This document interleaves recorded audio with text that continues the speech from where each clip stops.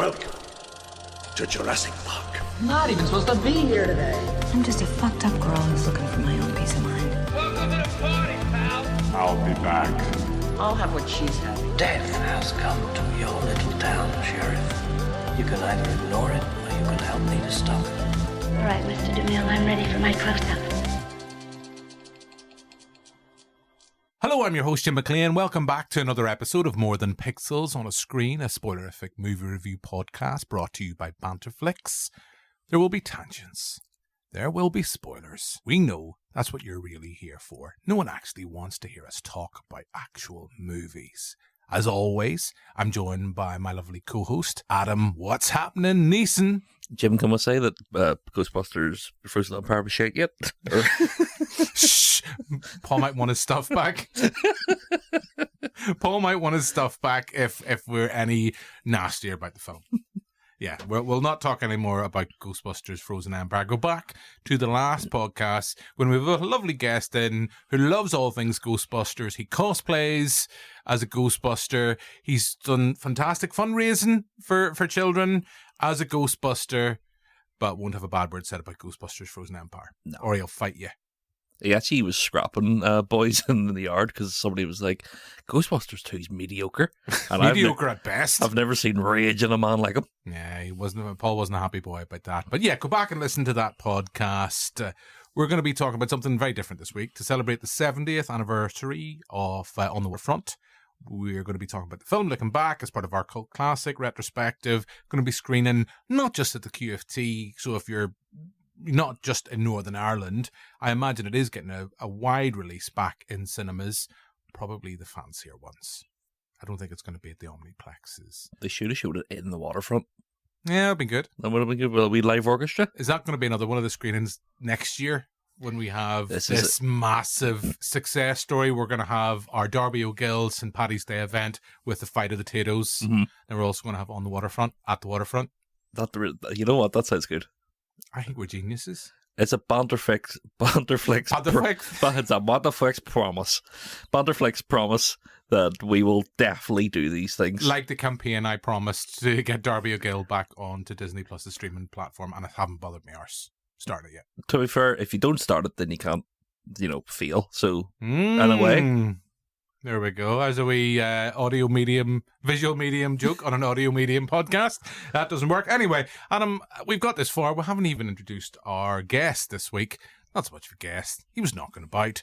It's BanterFlix's deputy editor, one half of our Sleuth Sisters, which I believe is coming back eventually at some point. Maybe.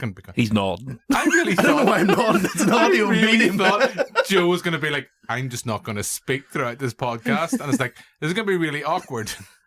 Introduce me first, Jim. God. The lovely Joe McElroy, our deputy editor, is joining us as we look back as someone who could have been a contender. Joe, hello to you. Hello, Vim. Let's do the whole thing like Blando. See, the thing I hate, Adam, right? Joe's impressions are good. Yeah. He doesn't get the memo when we're like, let's have Liam Neeson on the show, let's have Marty Scorsese on the show, and we go a different way. You try to do good impressions.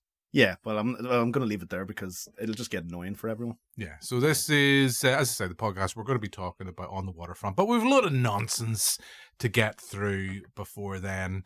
And as always, I think we will start with a little bit of banter. Yes, that is, of course, banter of the non-specific kind, so that we don't infringe on any other copyright of any other podcasts, call and get us, that are currently airing in Northern Ireland. Joe, what about you? What have you been up to since, it's been a while since we had you on the pod. The last time we had you, we were talking about The Abyss. We're talking about the screening that sadly wasn't, because unfortunately had to get cancelled at the Strand, which was a shame. But what have you been up to? Excite our listeners. We've had Easter. Did you get any Easter eggs? Oh, yeah. Yeah, I've basically ate my way through out there because I was... What's your Easter egg of choice? Malteser. Oh. Yeah. Now, Malteser or the Maltese, what do you call them? Is that what you call them? Maltesers? No, there's the truffle ones. Is that what you mean? The way you said that is like to go, like, Jim, they're called Maltesers. Like, yeah, I fucking know that. But then there's Maltesters as well. I know, but in my head, I had it like earlier on written down. And I was like, Maltesers did it. Now, are you someone who, do you go straight for the egg? Or do you go for, like, because we know we're in a shrinkflation. Used to be the days, back in the days, children, you'd open up your Easter egg and there'd be about 50 packs of Maltesers. I only get one. And there's only one wee Malteser inside them. Well, that's do you eat the Maltesers first or do you eat the egg first? Well, that's the thing. I was off chocolate for Lent just to see if I could do it, and I did. But I was down for Maltesers, so I just smashed the fucking egg without realising it was outside of the egg. I was like, I just need this Maltesers, but it was in a wee separate packet. You were still in the shop at this point? Yeah. Going through every Malteser egg I could find. Some other wee child's Easter egg, they've picked it up, reduced it. I go, fuck it, I'll have that, son. No, I just chucked them out of the way. Knocked them in the, like, wee... What's your Easter egg of choice, Adam? I went for a Snickers. I also want to just go back and say that shrinkflation's my favourite new word. Have you not heard shrinkflation before? No. Well, only when I get out of the bath and cold one. My missus is like, bit of shrinkflation. In work, they were like, here's some eggs and scrambled, boiled. No, poached eggs, son. I had a Snickers. I'm not a big chocolate man. Just we know you like your KP nuts. We're fucking shredded bollocks. I'm more of a cake man, so I had, what did I have over Easter? I didn't think I've actually had. It's very decadent. That's very kind of Marie Antoinette of you. That I love cakes. Let them have cake. Yeah, I don't go in for sweets. Yeah, I don't even know what I had. I don't know. I'm a big savoury man. See if there was like a sausage roll equivalent of an Easter egg. That's what I would have. Greg's, get on it. So what would you have? So I'm intrigued by this now. So if you're doing this, are you going to have, like, is it the sausage rolls just shaped like an egg and inside it it's not hollow but it's all meat? Or is that going to work? I don't know, because would the flaky pastry exterior be too thick to hold an egg? How would you heat it? Knife and fork. No, not eat it. Heat it. Eat it? It's like, well, fucking open your mouth. That's how you fucking eat it. Maybe you have it cold. Oh, a cold sausage roll. Fuck. Do you ever do that? I mean, I don't know if I'm going to slowly die at a young age, but when you get like the packs of sausage rolls, and you're always like, oh, you could heat them, and you're just like, nah, fuck it, just eat it cold, be fine. You're like me even my Maltesers. Like, no, fucking, I need them now. Just fucking rip the packet open. Eat the packaging and everything. You stick them in the microwave and make them all sweaty. No, I don't have a microwave. I'm an air fryer. I'm a modern man now. Well, so am I, but you know, when you don't got time and you want to make... Have you ever felt, ultimately decadent and put it in the toaster with a wee toaster bag? No, that does sound fucking good. No. Keep up, for fuck's sake. We're talking about sausage rolls now. We've moved this on. Banter of the non-specific, well, it's very specific sausage rolls. So it's kind of verging into kind of dangerous territory. Well, I'll do you one better. I seen a video of somebody have their Chinese in an egg. Like they use the egg as like a bowl. Nah, so they had like honey chili chicken and rice. Mental, mate. That's Therese one is mental. I didn't name names, but thanks for putting it forward. Fucking mental. She had a Chinese in an Easter egg? I like half an egg. Put in rice. I love the Adam's like thinking in his head going, that might be nice. I don't know. How does that work? No, because surely, how would you hold it? Sure, you would get. And would it not melt the chocolate? You would get chocolatey fingies. Right, I'll explain the video. Right, they basically broke their egg in half, then they layered it with rice, because that's the first thing to kind of go cold when you think about it. And then they layered on top of that honey chili chicken. Have you been duped? Did you watch this on April Fool's Day? No, watched it 2 days ago. Joe was so certain there. Like, no, it's not on April Fool's. It's past midnight though, so maybe did. Right, so this is a movie podcast, by the way. So, egg, rice, of the egg variety, then honey chili chicken, which we'll get into as a discussion. Because people order Chinese food and then just open the blandest shit. I had chicken balls and chips. Oh, Chinese food, magnificent. Then what on top of that? Love an old battered chicken ball. A few noodles. A few noodles on top. Rice and noodles? What a dress. What are you doing? And then a few chips maybe. Chips? The occasional prawn cracker. Oh, well, here now, you've won me back. Right. But what about the other half of the egg? Did she close it again? Maybe fucked it in the bin. I don't know. As a wee surprise, you open that, son. There you go. That would be a good Kinder Surprise. What'd you get in Kinder Surprise? I curry half it off. Yummy. I'm fucking starving. No, I don't know. Because when you're talking about weird things, I did see a video, and this definitely was not on April Fool's Day, We haven't even mentioned April Fool's Day, I suppose, other than there now. But I seen a video. I think they were Scottish, so apologies, Yaz, if you're listening, but they were being disgusting. They got like 2 bits of meat, like got mint steak, and put a cream egg, and put the cream egg around the mint steak, and made a burger, and then had a burger with the kind of the bap and all, and had the cream egg in the middle, and you're like, no, you're wrong. A deep fried cream egg, though? No. I'm not a fan of the deep fried kind of food. Mars bar? No. Smashing. No. Yo. It's not going to be a treat I'm going to want to bring into the cinema. Well, I've always bring in wanted some kind of reference to movies. I always wanted to try it, to be fair, but like What's holding you back? Well, my mate took me to like this weird like chip van thing in Glasgow, and he like gave me this random thing. Eggs. It could have been. I don't know what it was. It was like after a night of drinking, and he's like, "Oh, eat that." I was like, "Oh, that's nice enough." And then he's like, "Aye, that'll shave like 5 years of your life." I was like, "That's great." With cyanide. It could have been. I know what he gave me. No, Jules KGB friends. You like egg? Delicious. You eat now. Oh, all right, mate. Yuri, is it? The Viking chip shop in East Belfast does a smashing deep fried Mars bar. We've already got a sponsor now, so you know. Sorry, shameless plug. Like our other sponsor will be a bit unhappy, but maybe that's where the Viking, and maybe that's where they get their meat from Meat Fellas. Well, that's where I'm hoping. A certain Mr. S would make me. If you say his name too many times, he will appear. Like Beetlejuice. That he would make me my sausage roll egg, Easter egg. Yeah. There we go. I've tied it back to the start of one of films. We'll have to be a bit wary with Marty, because, I know you're a fan of Cilla Black. Joe, see if he comes in, don't be saying that I am secretly Cilla Black in drag. I thought the beard would give it away, because I've seen you in your costume, you don't get rid of the beard. Have you seen Cilla Black? Cameras back in the 90s didn't pick it up, but if you look quite closely, she was rocking a wee goatee. She wasn't designed for an HD 4K generation. Absolutely not. The second they cut off, terrestrial. Oh, this bodes well for this pod. The second they cut that off and went to free view, if you look it up, because I'm a Cilla Black expert, coincides with the day she died. I really hope, Adam, at some point you will apply to go on Mastermind.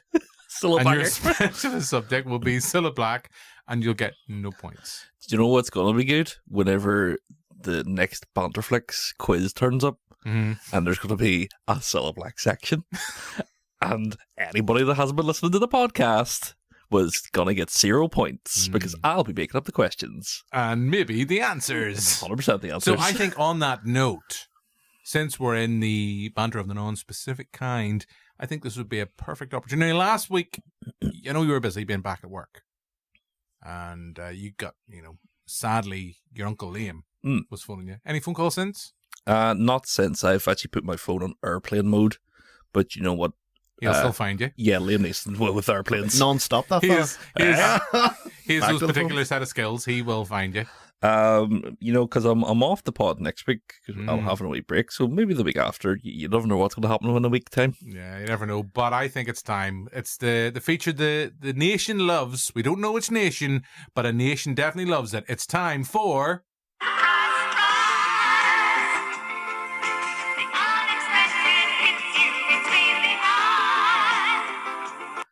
Welcome back to Back in Cilla Black, the comprehensive series. I'm not going to fix any of these words. Yeah. No, leave it. About the Duchess of the Merseyside. This week, Joe, I'm glad you're here, because I know you're a big Cilla Black expert. Yeah. And as I've mentioned before, beautiful woman. That's stunning. Stunning Just woman. not for the 4K generation. Not for the 4Ks. But whenever she was, in her middle age, she was getting a bit of success, but she didn't have enough money to actually, buy her own house. So she actually shared a flat with Shirley Bassey. And they were like, we should really do this place up. We should really renovate this place. And Cilla, she went crazy. She was renovating everything. And Shirley was like, well, what can I do? And she was like, well, you can do the wooden entrances that are used in, frames when you enter a room. Try not to say a specific word. Skirting. Yeah. You can put a bit of Dulux on those. And she says, "Oh, that's great.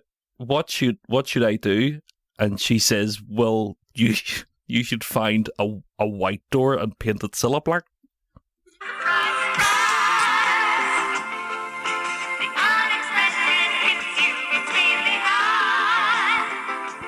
See, is everybody glad it's back? Adam, pretty glad. I think you might have hurt yourself there. I put my back out, finding out that actual fact. That's a fact. That actual fact. How much time spent in that? 45 years. 45. Not even that old, son. That's how good it was. So yeah, that's Back in Black for this week. I think we will move on. So as I said at the start of the show, we are going to be talking about On the Waterfront, released back in 1954, celebrating its 70th anniversary. It's back in cinemas. We know that here in Belfast, it's at the QFT. We're going to be talking about the film. As always, we're going to be talking a little bit spoilerifically. It's an old film though, so get the fuck over it. And before we get into that chat, let's play a clip of the film. You was my brother, Charlie. You should have looked out for me a little bit. You should have taken care of me just a little bit so I wouldn't have to take them dives for the short end money. Well, I had some bets down for you. You saw some money. You don't understand. I could have had class. I could have been a contender. I could have been somebody. Instead of a bum, which is what I am. Let's face it.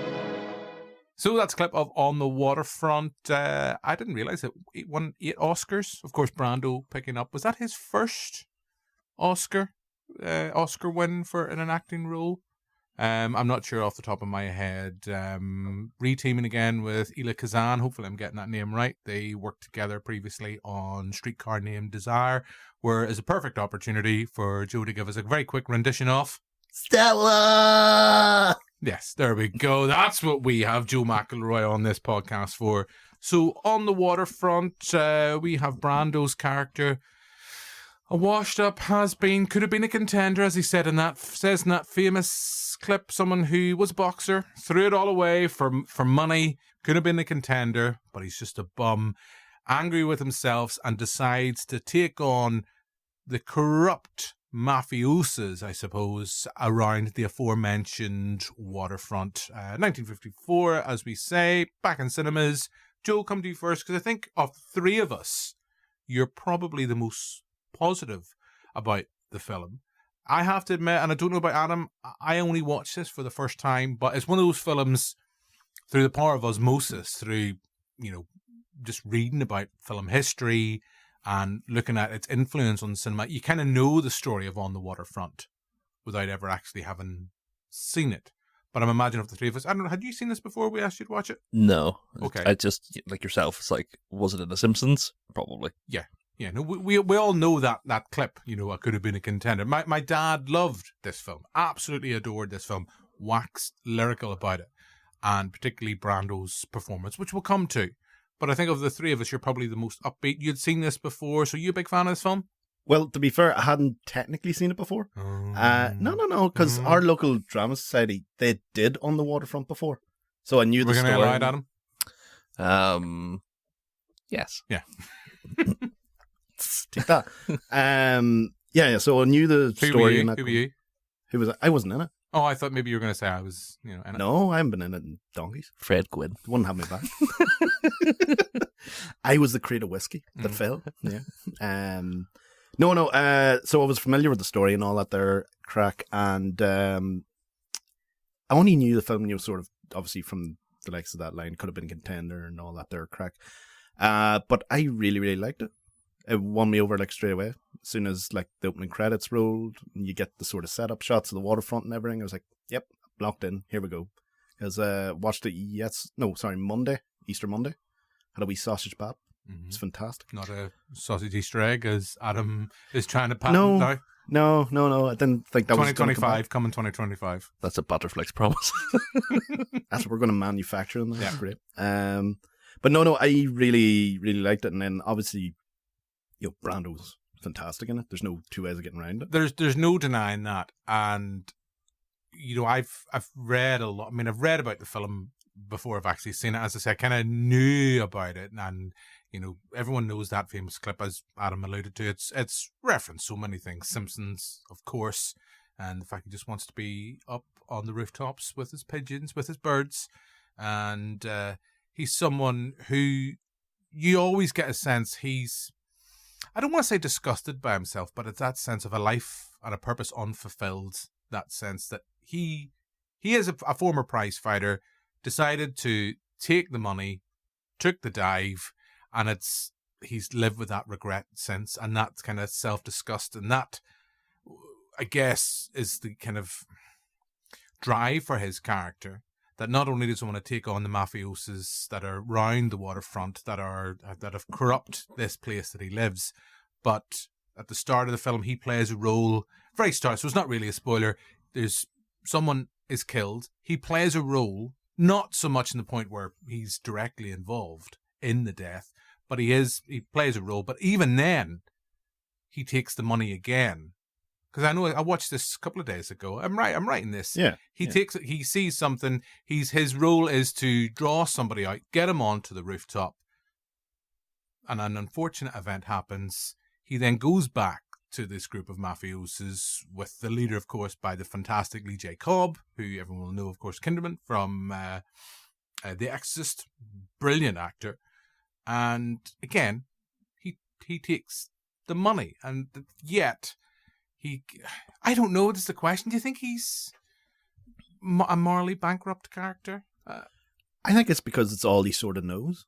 It's like, I'll just need money. It's funny, his character kind of reminded me a little bit. Not only physically, I was when I was watching it, I was thinking of the Scorsese film with Leonardo DiCaprio out last year. The name went out of my head completely. Killers of the Flower Moon? Yeah, Killers of the Flower Moon. That sense of he's that type of person where he thinks he's always doing right, but you don't know if you're morally with him. Maybe that's a conversation further down in the pod. Adam, you, like me, hadn't seen this before. Mm-hmm. Your thoughts? It kind of feels like, if you'd never seen a Marlon Brando movie before. Other than Superman? Of course. And Island of Dr. Moreau. Of course. My only two references for Brando. You would be like... like... Score? Was that one he did with De Niro? Where I can't speak. I'm not a skinny person. Mm-hmm. Where he is huge in that film. Is he Walrusin? Yeah, he's a pretty big guy. Because I think there's a scene in a sauna. And it's like, all right there, Marlon. Wasn't in the script. He's like, I just want to go to the sauna today. Me watching this yesterday, I was like, Brando was a bit of a fucking loser. Like, this character is a bit of a loser. Which I suppose is the point. He's a bum or whatever. But like, I don't know. It seems I enjoyed the movie, but as one of those staple movies of people being like, "Oh, it's brilliant! Won so many Oscars."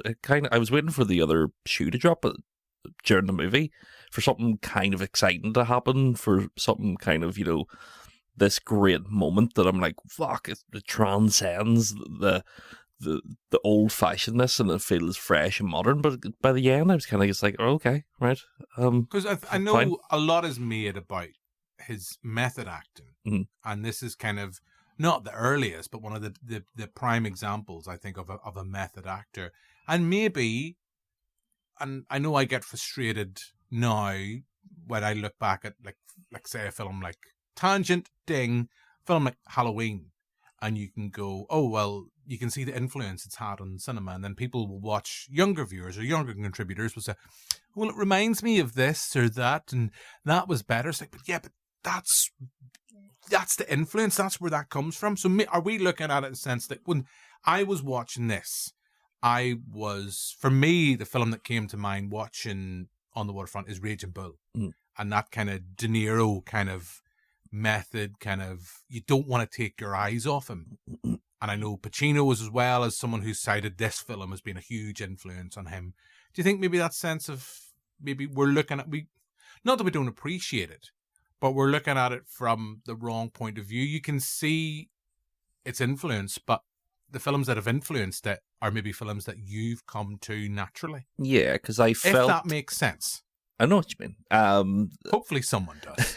Who knows? The film I talked about the other week, Jim Jarmusch's Ghost Dog, is definitely takes a big page out of this book, and even Mike Tyson, just in his life, is like, I'm a boxer, now I'm going to breed pigeons or read this. And now, if you've been listening to the news, Newsman Jim, Mike Tyson's got his own range of edible cannabis cheese shaped like a half-eaten ear. As a man that likes to partake, and I did see those and thought to myself, will I spend the money on that amount? But then also, how do you explain that to the police if they're like, but it's funny because they're in the shape of Mike Tyson's ear? Isn't that funny? Also, Mike Tyson fighting Jake Paul later this month. I don't know when it is, who cares? But who would be the Marlon Brando equivalent? Which upcoming streamer in the 80s would Brando have fought? Not streamer, obviously, but like Max Headroom. Joe. Money thinking like 80s in terms of... That would have been fantastic. But it has to be the Ronald Reagan, Max Headroom from Back to the Future 2. Well, he does say well a lot. He does. Do you think that, Joe, that sense that maybe, because I know there's other critics, I know like Brian Henry Martin raves about this film because it was on TV on BBC, I think, over Easter, and he was like, if you're watching one film, watch this today, bona fide classic. And I'm like, yeah, but I'd probably rather watch Wallace and Gromit, Curse of the Were Rabbit, because I know it was on over TV. I'd recommend that. It's that sense of, it was a weird thing for me because my dad loved this film. My dad very rarely went to the cinema. I think he went to see this 2-3 times. That's a lot for my dad. The only time I ever went to cinema with my dad ever was to see Home Alone 2. That was the only time my dad ever took me to, like that Home Alone, son. Mom will go see Home Alone 2. But he loved this film and loved Brando. And I can see the appeal, and I can see, I suppose now when you look at it in this idea of, not want to say it like in male and entitlement, but that kind of sense that it's still as relevant now, I suppose, says the guy who, started a podcast and refuses to give it up. But do you think it's a weird thing we're looking at it through the films, the actors that it's influenced? You can appreciate it, but maybe don't love it as much as, say, maybe someone like Brian Henry Martin, like my dad, who watched it first time round, was like, wow, this is something different. I can kind of see both points of view, if you know what I mean. I'm just playing it safe right in the middle, No, in terms of the legacy, obviously, while you're watching it, you're like, yeah, that's, that's where De Niro got that. That's where. Do you just want to, just to be rude and cut across you? Score. Leonard Bernstein, isn't it? Doing the score, fantastic. Oh yeah, that's me. That's what I would when I was saying, like, score. As soon as the film started, locked in, because that score is, real bombastic. Didn't Bernstein do Taxi Driver score as well? Or am I getting that wrong? Is that more Leonard? No, that's writer. Sorry. No, you're right. You're right. Yeah. Yeah. Say that again there. What was that you said there, Joe? I said you're right about the score. Yeah, just like the first bit, you're right.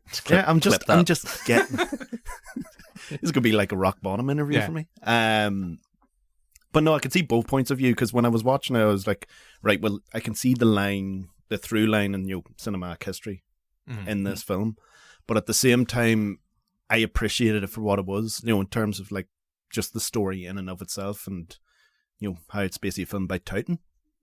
It links there. It is though. Snitches get stitches. I know, that's me. I enjoyed that aspect in terms of like, is he gonna betray the people that sort of raised him in a sense, or is he gonna like actually do the right thing? You're being subpoenaed. Yeah, subpoenaed. Here's your papers. Yeah. It is quite interesting that they show it over Easter, because there is those like Christ similarities towards like the last couple of scenes, when they're telling him to get back up again and to walk into the docks and everybody following them. I found that quite, that's kind of the stuff I wanted more from the movie. But you could see how, especially, I don't want to say his name, but a certain Martin Scorsese would see that movie and be so connected to it, both spiritually and artistic wise. Which he is. Yeah. Yeah, he is. He is a massive fan of this film. Mm-hmm. The only thing I think, not much, it is a very ultra masculine movie. The female characters, whilst important, they're a bit of, I don't know if there's much there. And I always find those type of scenes, it's like, even like, I was thinking about it when I was watching the movie, like in Rocky, there's the sequence when he finally kind of gets with, kisses, what's her name? Adrian? No, not in Rocky, sorry, this. Is it Ida? Edie? Edie Doyle.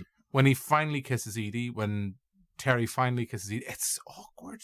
And it's that sense of like he's forcing himself on her. It's not, I don't know, maybe I'm putting 2 and 2 together and getting 5.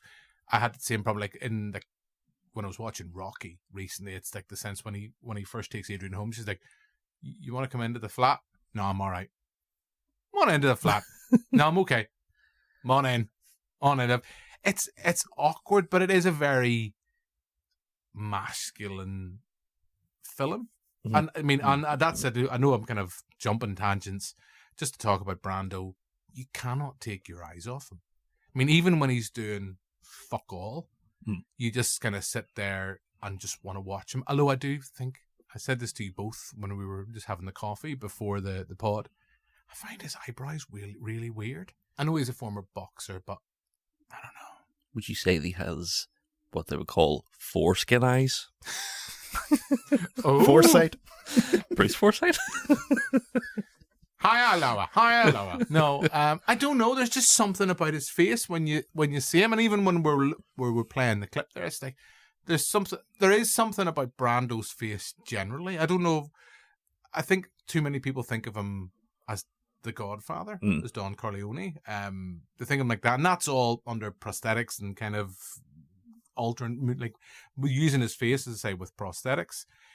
Is normal fit when you see him younger, but yet I don't have that problem in Streetcar Named Desire. Streetcar Named Desire, I have seen previously and love. I think he's magnetic in that sequence with the aforementioned and the infamous Stella. He's amazing, and I know there's a whole talk about they had to change the music for that sequence between the two of them because it was too sexy at the time. It was too naughty for a generation. They have like a funky bass playing or something. Yeah. Don't know why I went there, but there is a film I watch and I go, yeah, fuck, I can get that. I don't have the same response to On the Waterfront. Maybe I'm just secretly a big heathen. I don't know. I respect it, but I don't necessarily love it. Is it the whole, don't when people get to the point in history where Brando is a whole, trademark upon himself, that whenever you see him, you don't see an actor, you see Marlon Brando. So whenever you see him in certain things like this or Streetcar, he kind of is gorgeous.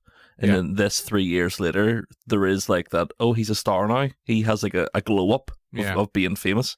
But I do know what you mean, because even though watching him, it's kind of as if he's like from a different time. Like everybody else is acting in a different fashion, and he's acting in this sort of modernistic way of acting. And I suppose that back in the day was a lot of what attracted people to him. You can see why someone like Al Pacino or De Niro would watch this and go, fuck, that's the kind of acting I want to do. I can do that, or that's kind of what I can be. I can be me, as in not kind of trying, but yet he is Brando is a method actor. And I think just on your point, I think with Brando now in 2024, too many people, like silly little movie review podcasts like this, will make light and throw in references to Superman, where he didn't know his lines, got paid stupid amount of money, and all around the set there was literally, he was reading the script as it was there,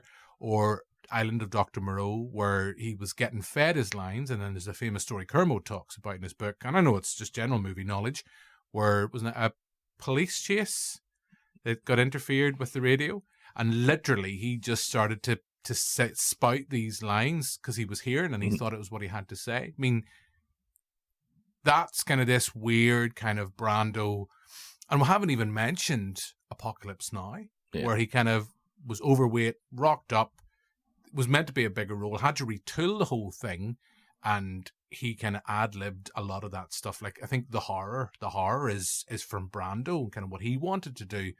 Whilst I love that performance, it's weird looking back at these earlier roles and just seeing what an amazing talent he was.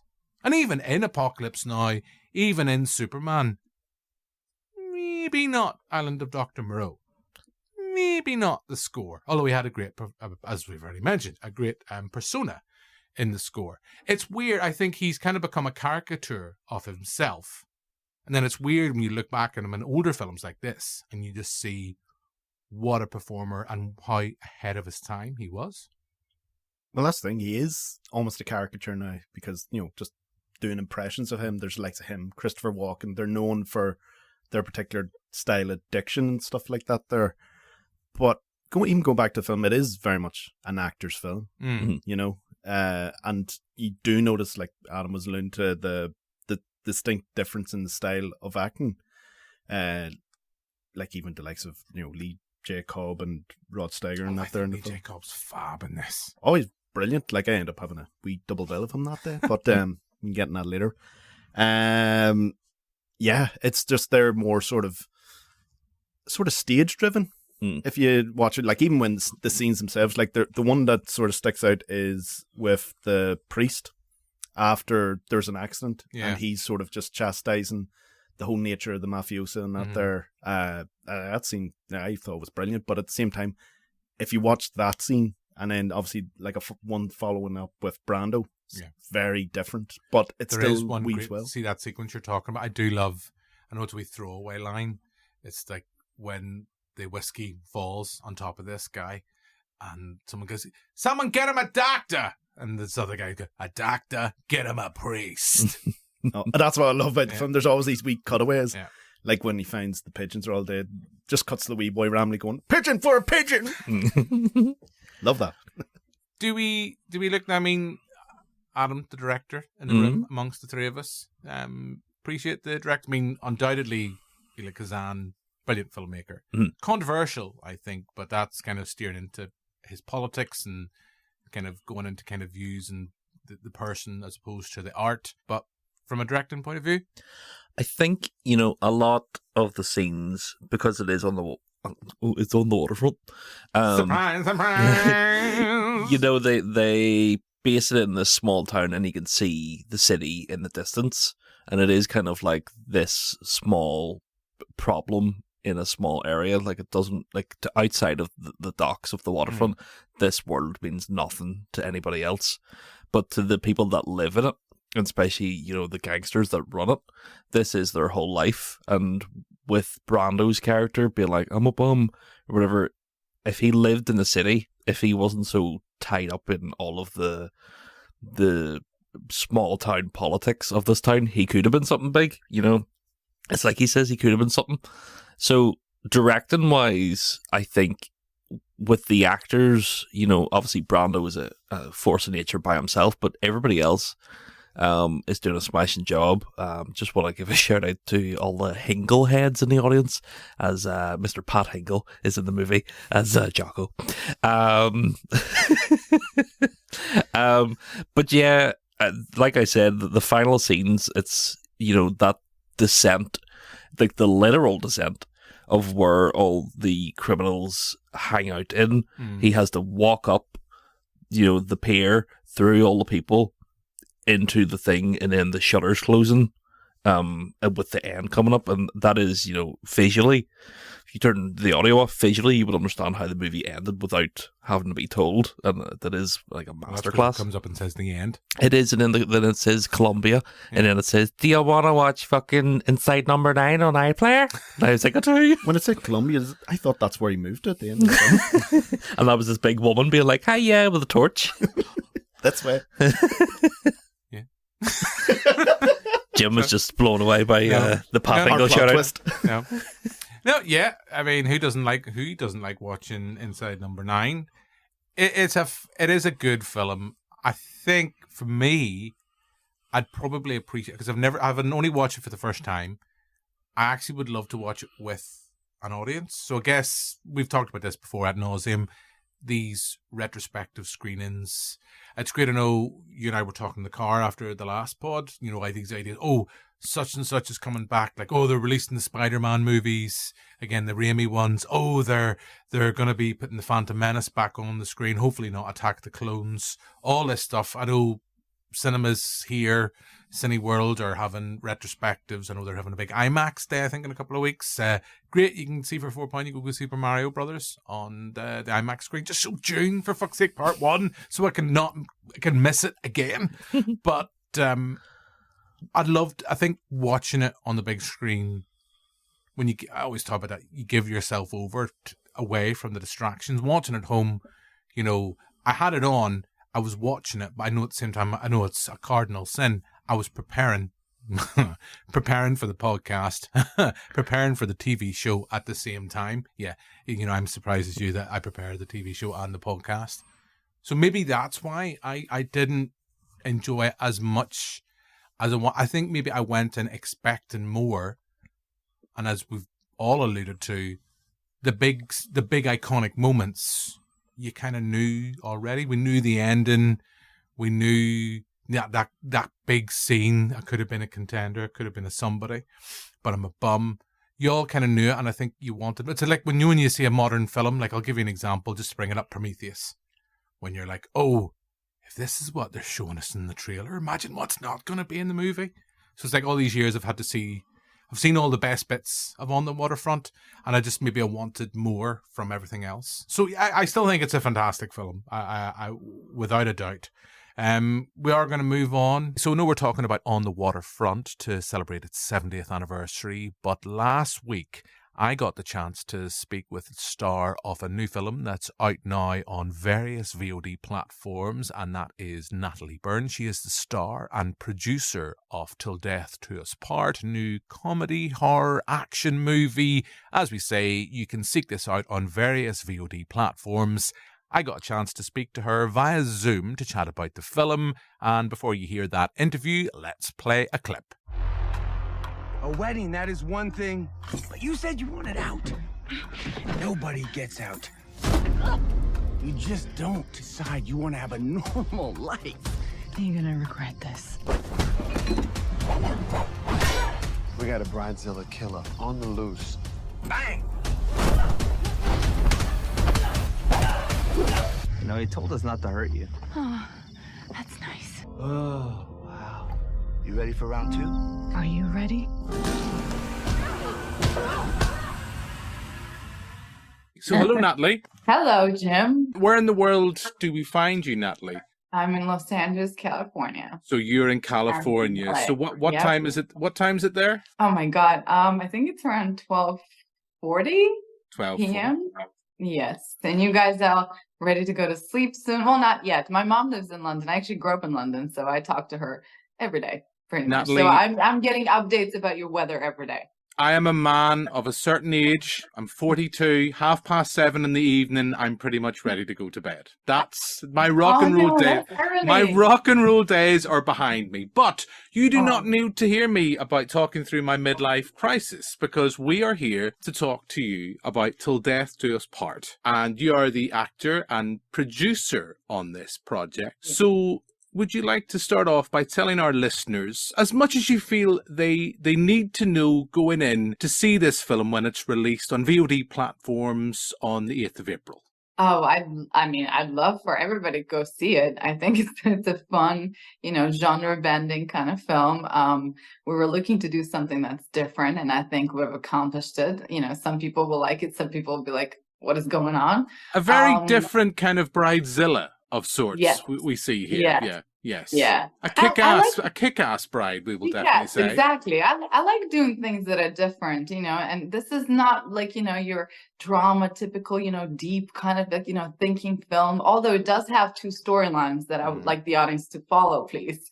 At the end, it all makes sense, I promise. It does require, I've watched the film, it does require attention. You have to keep up. There's a lot going on. As you say, there's a couple of different plot lines, and they come together by the end. You've worked with a director director before? I think once before, or is it a few times you've worked with the director on this project? I've worked with Timothy Woodward Jr. before twice already. So I've worked with him on a project called Relentless, Searching for My Sister. It was for E&E movie, Lifetime Original, and I played like a interrogation person. And then I worked with him on an Emmy-winning TV series that he created. He's a showrunner. It's called Till Death Do Us Part. So, sorry, not till the. I'm already promoting the movie before the TV show. It was called Studio City. It's called Go for it. You know, you're you've got your producer. You've got your producer cap on. You have your producer cap on. You have to do the big sell these days. It's a crowded market out there. Can you remember when he came to you and pitched this project to you? Because you've obviously, if you worked before, you've got a bit of a shorthand together. Yeah. We were finishing. We did that Studio City, and I was asking him. I was like, hey, we should probably do something again, but something that involves, you know, me doing, you know, crazy stunts and martial arts and all that, because I've been training for a while now. And he's like, everybody I meet, they've all have said, hey, you really need to put your skills, you know, on screen and you know, showcase all that. And I love, you know, John Wick, the series, you know, and I love everything that Keanu does. So I'm like, you know what, I want to be the female version of that. But at the same time, of course, you know, I didn't want to make such a serious movie. I wanted to try and make something more fun. So when I asked Timothy, I was like, what can we do? And he said, well, try to look something. And then I found the script and I came to him and I said, what do you think? Read it.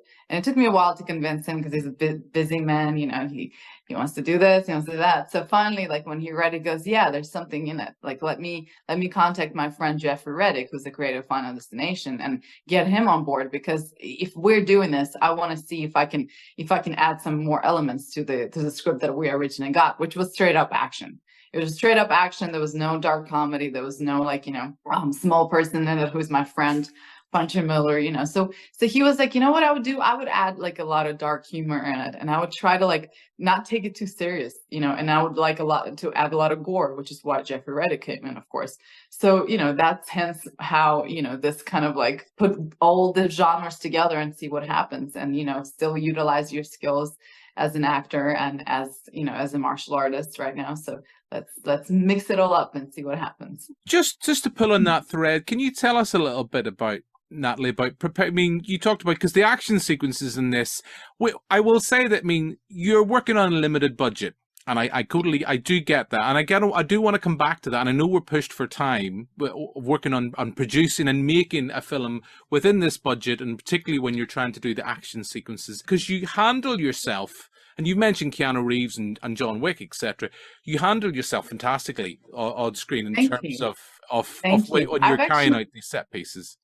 The funny part is I actually have no experience in martial arts at all. So my background is I'm a dancer, and then I transition into, you know, training in martial arts, like doing jujitsu, kickboxing, taekwondo, and taking all those things. But I've never actually, you know, fought for real. So of course, when we train, you know, we punch, you know, and I'm wearing mouth guard to protect my face. But at the same time, like it's kind of like really new to me. So when I moved to Los Angeles after I was a dancer, I was like, well, I want to continue, you know, my body to grow. And I love learning new things and new techniques, whether it's new dance, new choreography, new style, or fighting, whatever it is, I'm down. Like physically, I will put my body through anything. I guess in a way, though, they are similar disciplines from that dance background in that sense, because we think of John Wick, and I know you've worked with Jason Statham in I know we think of Jason Statham in the Transporter movies.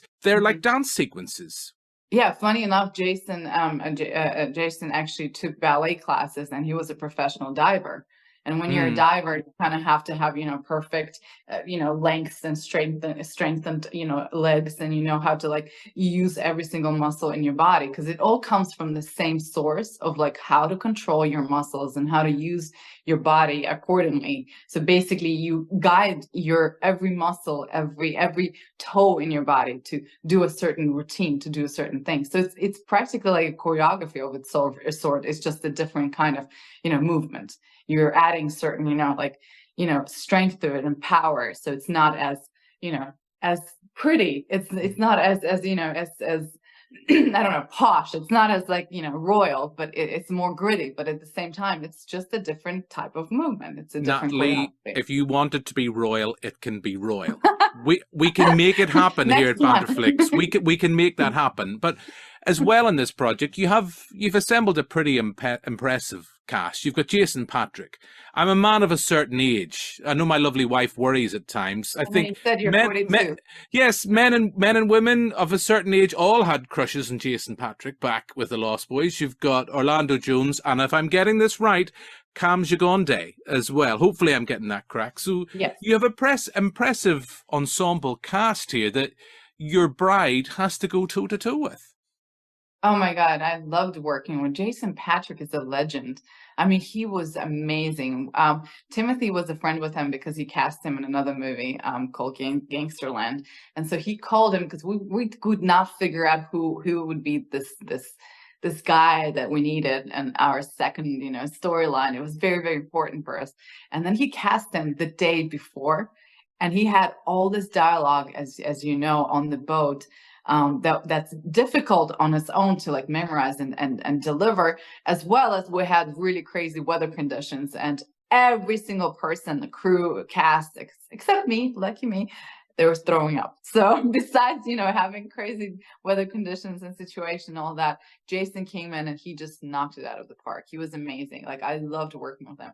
Cam Gigante, I'm a huge fan now. He seems to be having a ball in this movie. He had so much fun. Up until a certain point, without going into spoilers, up until a certain point, but he seems to be having a ball in this feature. Well, that moment when I was working with him, he said that was his favorite moment because, like you said, you mentioned earlier, of course, making a movie like this, we have a tight budget, tight schedule. We're running out of time. We're always running out of something. So we had like, I think 30 minutes to shoot that last scene, that scene that you're talking about.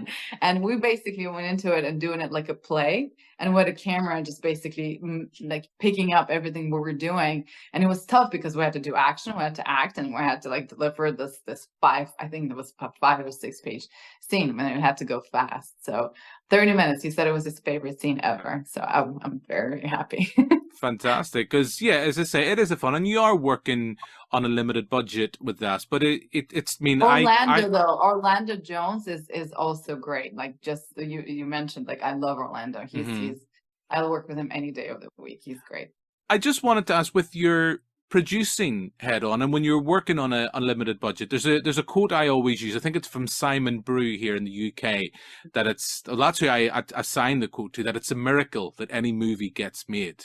So any film getting it done and dusted, it's hard enough to get films done, but with your producing head on as well, I mean, just how much of a challenge is it to make these films nowadays in 2024? Almost impossible. The market has changed so much, and unfortunately, we have to adjust, and we have to, try to still stay in this business, try to still make these kind of films, but it's very, very, very hard. Since the pandemic, a couple of years ago, everything has changed. And now since the strike, even more things have completely, turned it upside down. So right now, I feel like an international market has took a toll on our movies that we're trying to make in this, budget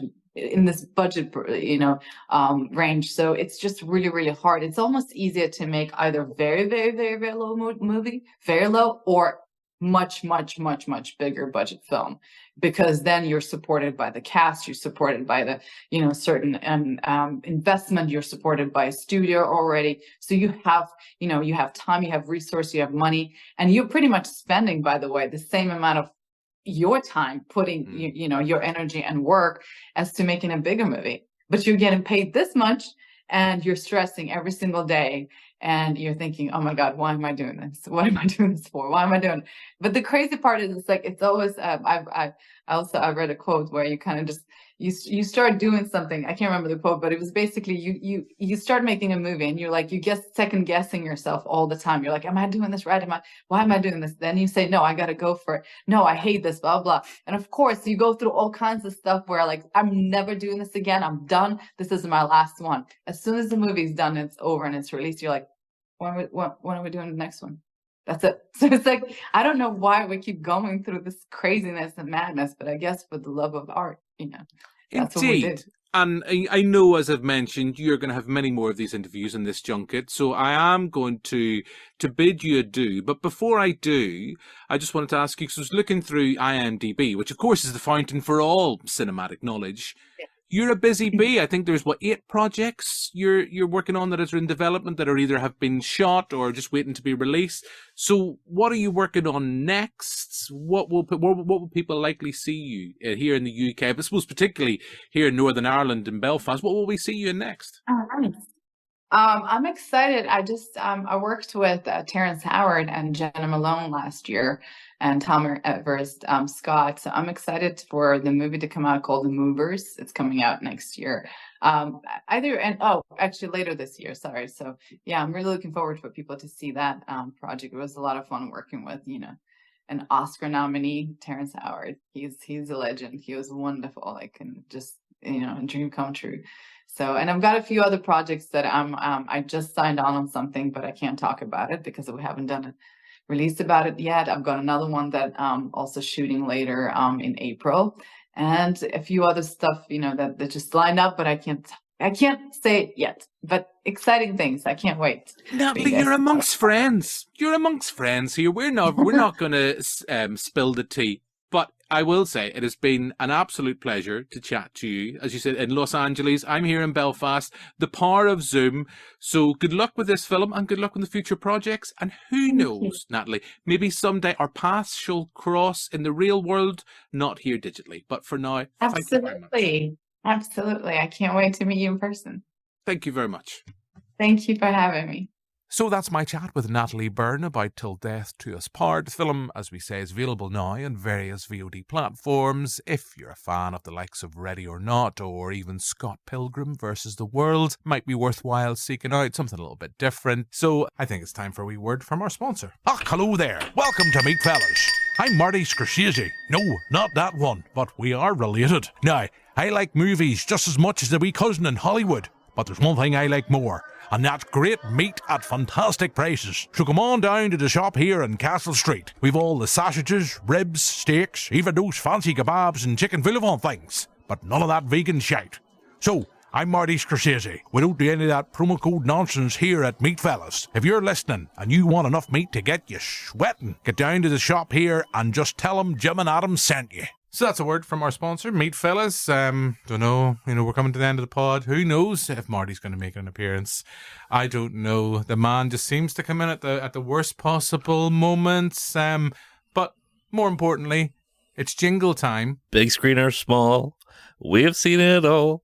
It's what you've been watching, Joe. Ding. That was a very flirty. Joe actually feels really uncomfortable. I don't. I feel privileged. Like nobody else got a personalised jingle before. There is the wink, though. There isn't a Maybe week. you didn't see the wink. Caught it corner of my eye. Don't worry. Isn't a week goes by on this podcast that I don't quietly say into the mic, "What's happening, Joe?" I pick it up. Don't worry. No so ASMR. We've mentioned on the waterfront. This is now the section where we can just be a little bit more broad and talk generally what we've been watching. I know, Adam, you and I were on the TV show. We were talking about the new Godzilla movie, Godzilla X Kong, the new Empire. Joe, you seen it yet? Oh, I have, yeah. Yeah, I wasn't a fan. I like Big Monkey. I got really annoyed by it. Actually, I don't even want to say I got really annoyed. I just got really bored. And the whole way through the film, I was like, as soon as about 20 minutes in, I was like, right, I refused to get out my phone because it was in the cinema, secret space. And I was like, right, as soon as I get home, as soon as I get out of the cinema screen, I'm going to Google how much this film cost to make. And then it's like, right, because I'm pretty certain Godzilla -1 was like 15, 20 million, even if that. You're like, right, if this is even like 50 million, yeah, this is a shambles. And that film was like 120, 130 million to make. Shambles compared to Godzilla -1. But you like Monkey, so maybe you had fun. I did have fun. See, the thing with you that, had your fun, and that's all that matters. Exactly. See, I don't think it's really fair to always just constantly compare every Godzilla film to Godzilla -1. Why not? Because well, it's a completely different monster. it's recency. I guess it's recency bias in the sense that, like, I wouldn't compare the original Godzilla with Godzilla X Kong, But I just find the fact that they're out in such quick succession and just how different the approach to the subject matter. Well, yeah, for me is right. You look, there's like I love 4... that Joe's going to fight us in this. No, because I used to watch the old Godzilla films when I was younger, and they're shite, but they're brilliant shite. Like this remind me of Godzilla versus Megalon. Mm-hmm. It's basically like God bless you. You're welcome. Basically, weird underground cult with suspicious white hoods, and they bring this like monster from the underground, and Godzilla and a giant robot have to stop it. Like that's exactly sort of what was going on here. But then the following film is a much more serious one. So that's why I liked it, is like you can have your nice mixture there. You can have your nice serious Godzilla film. It was boring as fuck, Joe. I wasn't. It was, but I mean, I literally found it in terms of the plot. I think you made the point on the What TV plot? show, Adam. It's like literally Rebecca Hall. She exists to move the plot on through exposition. As much as you have, as much as I love and have a man crush on Dan Stevens, and Dan Stevens rocking in on this weird kind of airlift thing. No, I haven't loved a dentist as much since Steve Martin in The Little Shop of Horrors. That's kind of like, okay, great role. Isn't really given that much to do. As you and I said on the telly show, Adam, the best thing about it is Trevor from EastEnders. I'll give you that. I was devastated when he departed the film. He gets, well, let's just spoil it. He gets eaten by a tree, and I was like, oh, cool, they're going to have a sequence where they run away from trees. No. Doesn't happen. Just one tree. Just one tree. One solitary tree. And just to allude to other pods, I missed his arse, as we've all seen in Chernobyl. He's a lovely arse. He got his arse in Chernobyl? Aye. Fuck. You need to get him in Adam's just Chernobyl. frantically. He's an underground miner in it. Pure buck naked. Digging them holes. Baby. Saving Ukraine. Pouring gravy over wee Mo's heads. I'll be pouring gravy over his wee bony arse. Enjoy your dinner, It's sweetheart. not a bony arse no more. Oh, fucking right. Definitely not a bony Nice wee arse. plump thing. Yeah, but that's enough about arses. That's not. Do you know what it felt like for me? It's a bit like the Transformer movies now. It's just so clogged down by its own mythology, and this sense that I think you needed for this. You could have easily just done this, and probably for the better of the film, as a Kong movie, and you didn't need Godzilla. No, other than the fact that he's a wee bit pink near the end. Yeah, sell toys. He's all woke and modern. Well, like Adam says, probably just to sell toys, because he's blue in the last one, so you want to have the new Godzilla, you need to buy the pink one. Yeah, it's kind of getting into the kind of Joel Schumacher Batman territory of what they're kind of doing. It's like, yeah, as you say, we'll have a Godzilla. He's a wee bit pink now, so kids can buy that shit now. Kind of changed a bit in the Japanese ones as well. Like one film maybe like glowing red, the other film glowing blue and stuff like that there. So not really against them changing. No, colours. neither am I. I just was like, I thought you were going full gammon there. No. I don't know. I just felt it's like he's not supposed to be pink. No, I've no bother with him being pink. Just like, okay, why is he sleeping in the Coliseum? Just for the crack. Hey, it's great. Have you ever been to the Coliseum? When we got this far, we haven't really given you an opportunity to talk about it. You on the TV show where you were with me in this one. Yeah. Do you know what the Schumacher Batmans have? Pat angle. The nipples. Here, bad arse. Jim, we're going to do Batman Forever on this podcast at some point, because I love Batman Forever. Batman Forever. I like it. Here, look forward to later this year, the boys back for Batman Forever. Yeah, at least the Schumacher cut. Yeah, Joe, it's bored.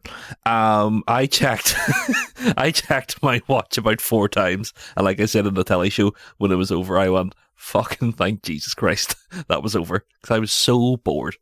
You know what? I see your points, and that's fair enough. You don't care?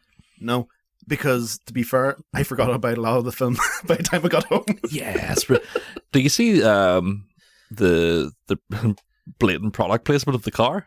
I only noticed that afterwards when people posted about it. I was like, I was so switched off, and I was like, where's Giant Monkey? Did you notice it? No. Fuck, it was wild. When they're having the conversation, when they're doing the sign language, oh, you belong here, or whatever. Oh, yeah.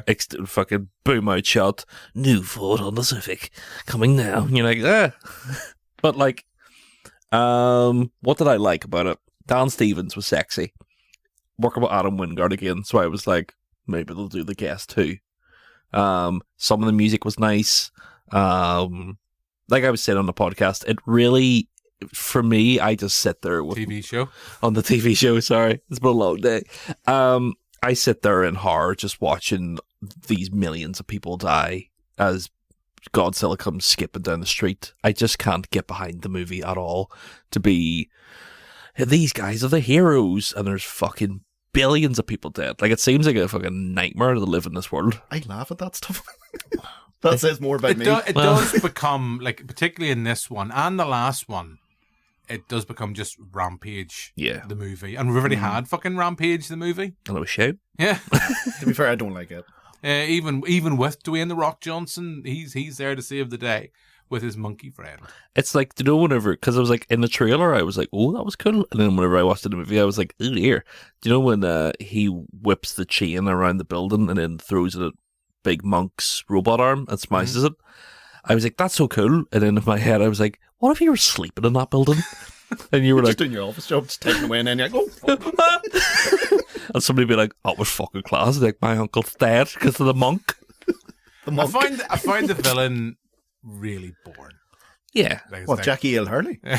It's like there's another layer, and what's going to be in the next one? Oh, there'll be another layer beneath that.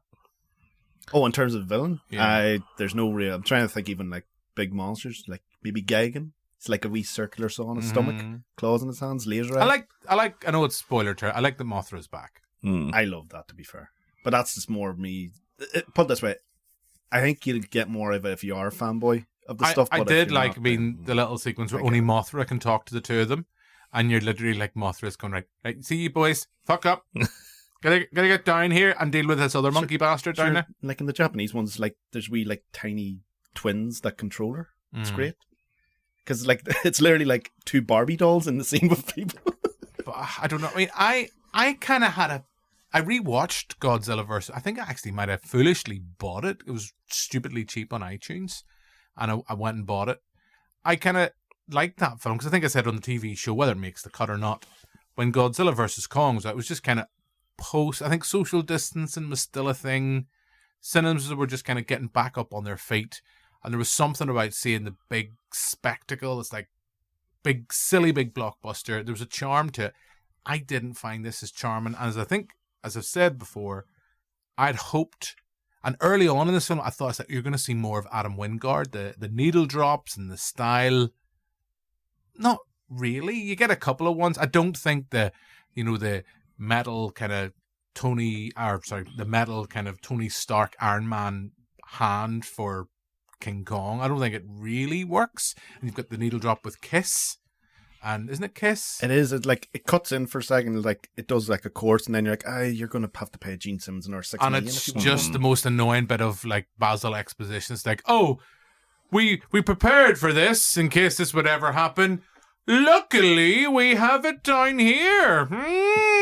That's convenient. We love plot conveniences. Yes, and Kong's little kind of Gollum-esque monkey friend.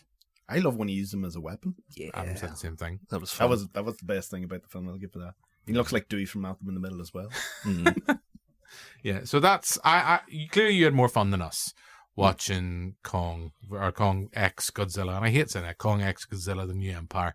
It's had a big box office opening, so I'm imagining it's not the end of the MonsterVerse. I just think I'd rather have a Godzilla movie and a Kong movie on their own. It's like the whole kind of Snyderverse thing. It's like, you don't need to do them always together. Do them on their own, because like you and Jim on the TV show were praising Gareth Edwards' 2014 Godzilla. Mm-hmm. Very different beast from this. And I just want to say, because we didn't mention at the time, Kong Skull Island. I know I was a bit lukewarm when I first seen it. I love that. And I quite like the Monarch series as well. Just maybe that's because you have Kurt Russell. Just the last two. And because it's weird, they've got horror filmmakers at the helm. And it's directors I like. But you never really see them coming through. It's like a meat cutter. It's like box A into box B. Crash, bang, wallop, rinse, repeat. That's all you've got to do. Well, the closest you got was Kong Skull Island. It was like probably the most horror-esque of them all. But yeah, Adam Wingard, he's very sort of neutered in these films. Like he has to sort of be strictly adhering to like a PG-13, and it's definitely shows. But I think that's just the nature of them. They're never going to let him go full out, But if it makes a shitload of money, as it looks like it's going to go, he might be back to do a trilogy of the three. And you're clearly more on board than either of us. Well, I'm more in line with what you're thinking. If they are going to do another one, they need to sort of separate the two of them again. You know, have a con. I think separate, and I think try to do it with less money. I would love to see a big studio like that say, right, make a Kong versus Skull Island. Oh, a part of it's probably like, there's a lot of actors there that are probably like, we're here for the paycheck. You've got to make it work. Because I like Rebecca Hall as it was a great, the first time I think I ever seen her, it was a horror film. Was it The Awakening or something like that? Really old kind of gothic style horror movie. I thought she was great, but she's kind of been sucked into largely like the big blockbusters and kind of very generic roles. I can't think of the last time I really seen her in a fantabulous role. She directed a great movie a few years ago called Passing. Yes, you're right. You're right. I love that film. Yeah. Yep. You know, I'd love to see this film made for about 30-40 million. When I was watching this, there was two things in my head. I was thinking about Godzilla -1 and just the fact, not the plot point of view, the fact that that film's made for 20 million. And yes, you can see there's some limitations in the special effects in Godzilla -1, but I don't think there's like 100 million's worth of difference. And also the thing I was thinking about, the writer and director of American Fiction, his speech at the Oscars, you know, don't make one $200 movie, make 20 $20 million movies. I think you could do Godzilla in this MonsterVerse on a considerably less budget. I would love to make, because it's just maybe like Universal give me money, like a $20 million, $30 million found footage movie set in this universe where, you know, because now that they've set up that there's portals around the world to the Hollow Earth, a found footage movie based in the Hollow Earth where somebody's got sucked in. Even Skull Island itself. Skull Island, yeah, because Skull Island had a lot of those aspects, you know, and thinking of like Peter Jackson's King Kong, you know, you have like, do you remember when Colin Hanks would run about with a camera and thing? Like, there's... But everyone's favorite bit in that one is when the monkey, you know, and has a wee falls on his arse when he's skating. That is really funny. But, and that film, I mean, in that Peter Jackson King Kong movie, the thing where they fall down the ravine, oh, the and insects. all this, wow, yeah, that's terrifying. horror Peter Jackson coming through. The Willies kill Andy Serkis. Yeah. my way, perfect way of dying. What a way to go. I would he died how he wanted. I would, like, I think horror is what needs to be injected back into Kong as a franchise, but if it's making money and it's selling toys, they're never going to do it. No, of course they won't. Guys, anything else you want to talk about generally what you've been watching? No, nothing sort of stands out. There's been quite a lot of crap and middle of the road stuff I've been watching. Like Imaginary was horrible. I also watched that. Yeah. Dog shit. That was terrible. I didn't take your advice. Watch Blood Simple again though. That's a good film. End up watching John Q with the family at the weekend. Dad fell asleep in 5 minutes. Woke up at the end and was like, I dance and watching. He's a good actor. And then I watched Man of the West last night because I was doing a wee Lee J. Cobb double bill. It was great. I watched... we didn't even play this game, right? So Joe listens to the pod, so Joe knows this game. Pick a number between 1 and 100. Oh, yeah. I'm going to go with 8. So it's been a week. I'm going to be the typical bastard. I'm going to say 7. You've won a kiss, Jim. Big slabbery one. Opening night. I'm on my John Cassavetes run at the minute. Opening night, quite similar to Godzilla Kong. Very similar. Very similar. You ever seen it? I think I have, yeah. Fucking brilliant movie. Let me see. Gina Roilands, who's a Cassavetes regular, just gives this fucking whirlwind performance of this woman just fucking having a breakdown. It's quite similar to Birdman, the Keaton movie, because it's about like a stage play. Birds. She's a birdman. But highly recommend it. I just love Cassavetes. I love looking at him. He's a gorgeous man. Imaginary, like we said, dog shit.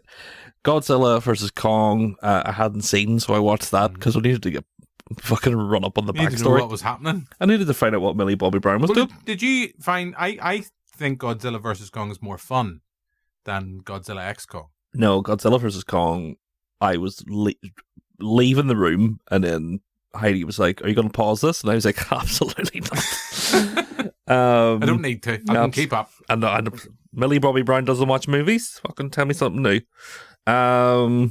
Next Goal Wins, the documentary. Mm-hmm. Good shit. Talked about that on the show. Rotten Tail, part of the Joe Bob Briggs Last Drive-In. I'm sure Joe... I was going to watch it this evening, but tell me what I'm in for. It is schlock. You could see where they're really going for it, where it is kind of like Reanimator. But really shit. It's a movie people don't know about. It's called Rotten Tail. It's a guy is trying to fix, what do you call it when your sperm doesn't work. Oh, I thought you were about like a TV aerial or something. Infidelity. Same thing. Infidelity. Sperm impotence. Impotence. Yeah. He's trying to fix that. Well, that's the erection area. Oh, sorry. So this would be your gulag. Pipes are blocked. Oh, your pipes are blocked, mate. So thank you, doctor. he's experimenting on rabbits and then gets bitten by basically like a wire rabbit, but it's not as good as Wallace and Gromit. And then this guy gives like a dual performance as like the nutty professor, but he is a horny rabbit. It's worth a watch, but really go into it expecting the worst. Don't worry. Godzilla, Kong, the Empire, Poopy, and On the Waterfront. That's all my movies for this week. All right, okay. All right, intriguing. I'm also going to watch this week for the first time because I've never seen it, and I'm really excited to watch it. Big Trouble in Little Chinatown. Oh, yeah. You've never seen it before? Never seen it. Ooh. I know. That's going to be a fun watch. I know, I can't wait. Like Kurt in a tank top. Oh, Dreambok, the Pork Chop Express, indeed. Kim Cattrall on it? Oh, aye. Oh, yeah. I do love Kim. Are you? Bit of Kim? I do love a bit of Kim Cattrall, especially in Police Academy. Oh, it's Kim that Cattrall era. as well. If I remember right, doesn't she have to wear... There was a whole problem with her. She had to wear green contact lenses. Oh, it's because it fits in the story. Because it fits in the story. We'll not spoil it for you. Okay. That's what we have time for in this week's pod. Joe, you and I are going to be... Next week, we're going to be continuing our James Cameron retrospective. What are we talking about? Arnie's arse. Arnie's arse. And more importantly... Oh, I had the Terminator. The Terminator. Just Terminator 1. I think we do talk a little bit about the other ones, but we're going to be talking about Terminator 2 in a future recording. So you've that to look forward to. Adam, you've a week off. What are you going to use? What are you going to do with your free week? I'll have a phone call, maybe. Couple more baths. Couple of more baths. Well, I do like listeners. I'm going to let you in, with a production note. I think Adam seems to have some of his best, possibly worst ideas when he's having a bath. Some of them... I think I had a voice note from you while you were in the bath. You did, and I proved it by splish splashing. I've got lots of ideas. So if you're enjoying the podcast from when we've come back, I've got lots of ideas that are probably going to descend into madness by the end of the year when we show Darby O'Gill and the Little People in. That's next year. Next March. And then our On the Waterfront, in the Waterfront. The March after. Yeah, perfect. And our Sausage Easter eggs the year after that. So all that's really left for me to do now is thank my two guests here in the studio. So thank you very much, Joe. Thanks, Jim. And thank you very much, Adam. Yep. We'll be back next week. Joe and I will be talking, as we've mentioned, about Arnie's arse and the Terminator. And then Adam will be back in 2 weeks' time. I'm not sure if we'll have a special guest. Don't even know what movie we'll be talking about. So, yeah, if you're still here, thanks very much for listening. You can find all our previous back catalogue on the website. Check out our YouTube channel. You can actually find the podcast on the YouTube channel as well now, because I haven't been that lazy. So, yeah, all that's left for me to do now is say thanks for listening. We'll be back next week with another episode. But for now, until then, goodbye.